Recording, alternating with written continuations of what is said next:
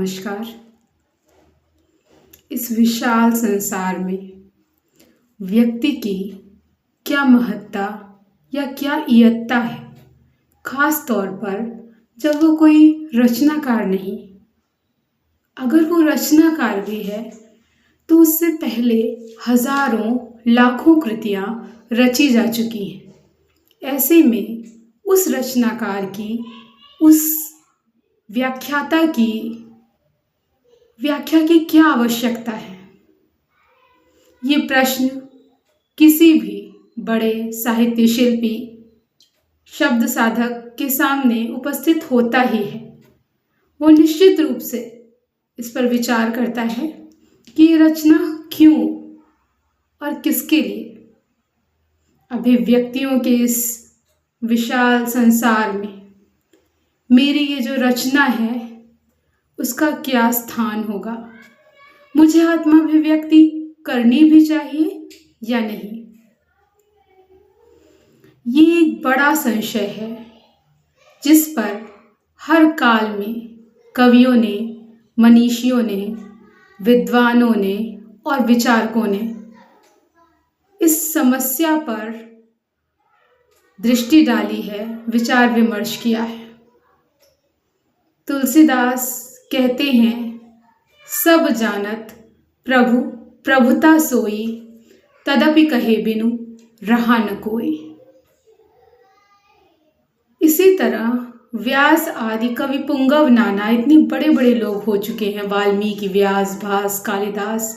वहां पर छमिहई सज्जन मोर ढिठाई, सुनिहई बाल वचन मन लाई। जैसे एक छोटा बच्चा होता है, बड़े धैर्य के साथ, प्रेम के साथ उसकी बात को सुनते हैं। इसी तरह मैं भी आशा करता हूँ कि महान रचनाकारों का संसार तुलसी जैसे नवीन शब्द साधक की ये जो रचना है, रामायण रचने की कोशिश है, उस अंतः प्रक्रिया को सम्मान देगा, स्थान देगा, विचार करेगा। और कुछ नहीं तो जैसे बच्चे की तुतली वाणी को मुदित मन से माता पिता सुनते हैं, उसका रसास्वादन करते हैं, उसी तरह कवि आशा व्यक्त करता है कि जो सुधी श्रोता या पाठक है उसकी काव्य सरिता का भी अवगाहन करेंगे। उड़िया के एक जो बड़े कवि हुए हैं, कवि सम्राट उपेंद्र भंज, वे भी अपनी वैदेहीश विलास में इस समस्या पर विचार करते हैं और कहते हैं, वाल्मीकि, व्यास, कवि यही रे, महाकाव्य के पुराण करे, महानाटक बात सुतरे, हेले रचिता ये, बिहिले काव्य ये, कालिदासे, चंपू रचना भोज नरेशे, कृपा सिद्धा ए गीत प्रकाशे, छाड़िली चिंता ये, विवेक ही उदय एमंत ध्याई ये, व्योमे तारका ये बे झल कुथाई ये, विभाव रे ज्योतिरिगण गण ज्योति की देखांति पूर्ण, सुजने सावधान तरे शुण छांद रचय ये। आशय ये है कि जिस प्रकार प्रातःकालीन जब भी कोई ऐसा अद्भुत दृश्य विधान होता है तो उस समय महाकवियों की जो अभिव्यक्तियां होती हैं, उन्होंने अनेक नाम गिनाए हैं कि वाल्मीकि के, कालिदास के और तमाम बड़े रचनाकारों के होते हुए मेरी काव्य रचना की आवश्यकता क्यों आन पड़ी? तो वो कहते हैं कि जैसे तारों से भरे आकाश के होते हुए भी जुगनू अपनी चमक तो बिखेरता ही है, तारों के भय से जुगनू चमकना तो नहीं छोड़ देते।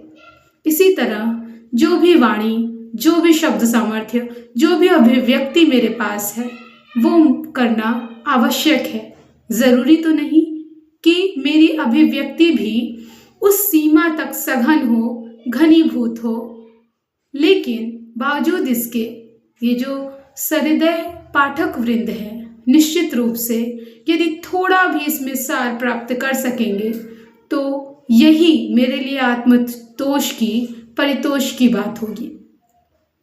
तुलसीदास स्वांतः सुखाय तुलसी रघुनाथ गाथा, वो आत्म परितोष के लिए आत्माभिव्यक्ति करना चाहते हैं, श्री राम का गुणानुवाद करना चाहते हैं और वैदेहीश विलास में वैदेही की कृपा से और उन्हीं के व्यक्तित्व को, उन्हीं के सामर्थ्य को, उन्हीं के सौंदर्य को कवि सम्राट उपेंद्र भंज अपनी नवीन उद्भावनाओं से उद्भासित करना चाहते हैं। तो व्यक्ति की जो विशिष्टता है यही उसकी रचना प्रक्रिया को अलग बनाती है